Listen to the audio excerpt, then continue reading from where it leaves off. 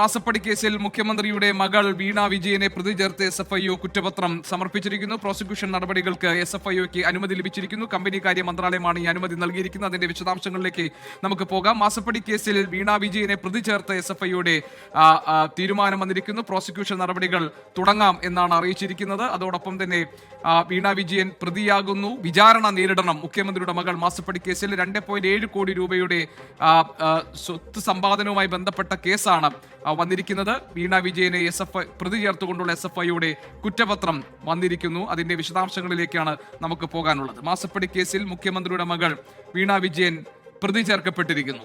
സലീം മാലിക് ഞങ്ങളുടെ പ്രതിനിധിയുടെ വിശദാംശങ്ങളുമായി. പ്രോസിക്യൂഷൻ നടപടികൾക്ക് സലീം അനുമതി ലഭിച്ചിരിക്കുന്നു. മാസപ്പടി കേസിൽ മുഖ്യമന്ത്രിയുടെ മകൾ പ്രതി ചേർക്കപ്പെട്ടിരിക്കുന്നു. എന്താണ് വിശദാംശങ്ങൾ?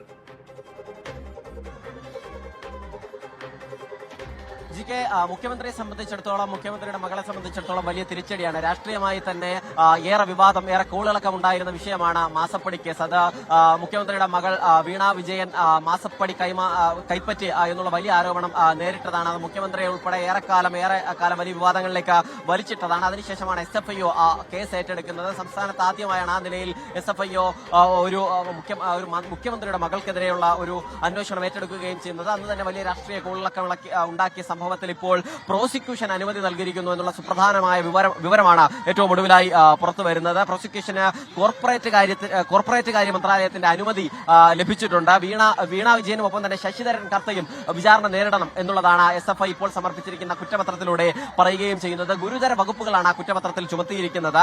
10 വർഷം വരെ തടവും പിഴയും കിട്ടാവുന്ന വകുപ്പുകളാണ് സംസ്ഥാനത്തെ മുഖ്യമന്ത്രിയുടെ മകൾക്ക് എതിരെ ഇപ്പോൾ ചുമത്തിയിരിക്കുന്നത് എന്നുള്ളതാണ്. മാത്രമല്ല അത് ഏതെങ്കിലും സേവനത്തിനുള്ള ആനുകൂല്യമല്ല, അത് മാസപ്പടി തന്നെയാണ് എന്നുള്ളതാണ് SFIOയുടെയും കണ്ടെത്തൽ.